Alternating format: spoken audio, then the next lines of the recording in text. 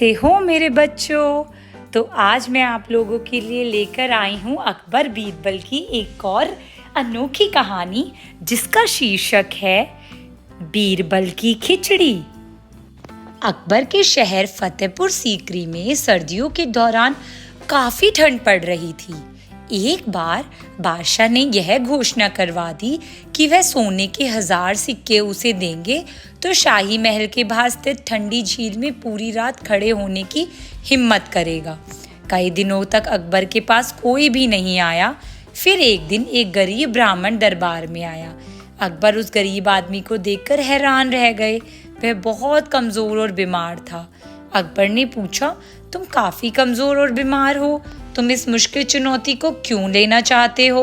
ब्राह्मण बोला, मेरे राजा, मैं गरीब आदमी हूँ। मेरे छोटे छोटे बच्चे हैं जो भूखे हैं।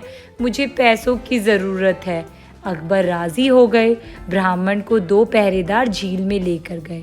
ब्राह्मण ने अपने सारे कपड़े उतारकर जल में प्रवेश किया और पहरेदारों की निगरानी में बर्फ जैसे ठंडे पानी में पूरी रात खड़ा रहा।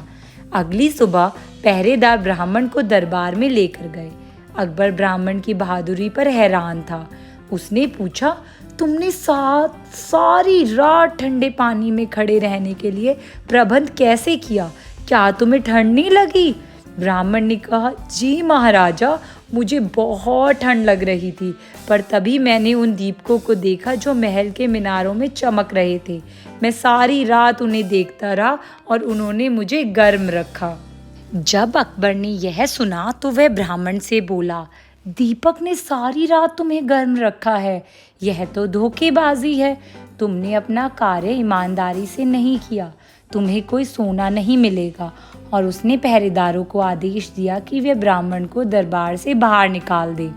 गरीब ब्राह्मण बहुत परेशान था।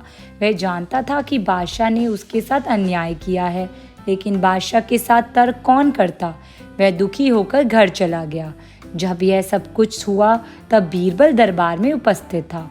उसने सोचा, बादशाह बहुत मनमानी कर रहे हैं, मुझे उन्हें सबक सिखाना चाहिए ताकि ब्राह्मण को वह सोना मिल सके जिसका वह हकदार है।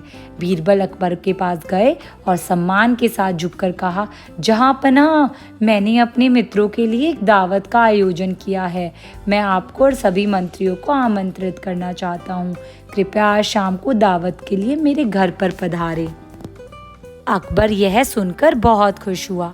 शाम को अकबर ने खबर भिजवाई कि वे आ रहे हैं, परंतु बीरबल ने कहला भेजा कि अभी खाना तैयार नहीं हुआ है, जब तैयार हो जाएगा तो खबर भेज दूंगा। जब बहुत देर तक खबर नहीं आई तो अकबर स्वयं अपने मंत्रियों के साथ बीरबल के घर पहुंचे। पर जब उन्होंने बीरबल को घर के आंगन में देखा तो वे हैरान रह गए। बीरबल थोड़ी सी आग जलाकर उसके पास बैठा हुआ था, जबकि जो बर्तन आग पर होना चाहिए था वह एक पेड़ की एक शाखा पर ऊंचा लटक रहा था। अकबर ने बीरबल से पूछा, तुम्हें क्या लगता है कि तुम क्या कर रहे हो? बीरबल ने कहा, जिले सुभानी, मैं हम सभी के लिए स्वादिष्ट खिचड़ी बना रहा हूँ। इस बात पर बादशाह जोर से हंसने लगे। उन्होंने कहा, मूर्ख, तुम्हें क्या लगता है आग से गर्मी खिचड़ी तक पहुँच जाएगी? तुमने बर्तन ऊंची शाखा पर जो रखा है। बीरबल ने कहा, महाराज, आग की गर्मी बर्तन तक उसी प्रकार पहुंच जाएगी जिस प्रकार महल के मीनार के दीपक से गर्मी उस दिन गरीब ब्राह्मण तक पहुंची थी। अकबर ने हंसना बंद कर दिया। उन्हें एहसास हो गया कि बीरबल क्या कहना चाहता है। अगले दिन उन्होंने ब्राह्मण को बुलाया और वादे के अनुसार उसे 1000 सोने के सिक्के दिए। ब्राह्मण ने बादशाह का आभार व्यक्त किया और आशीर्वाद दिया।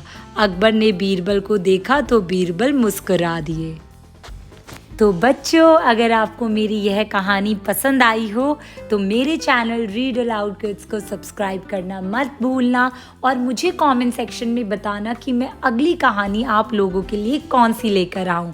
और इस वीडियो को लाइक एंड शेयर करना मत भूलना। कल मिलते हैं एक और अनोखी कहानी के साथ। Thank you, bye bye, see you tomorrow, take care.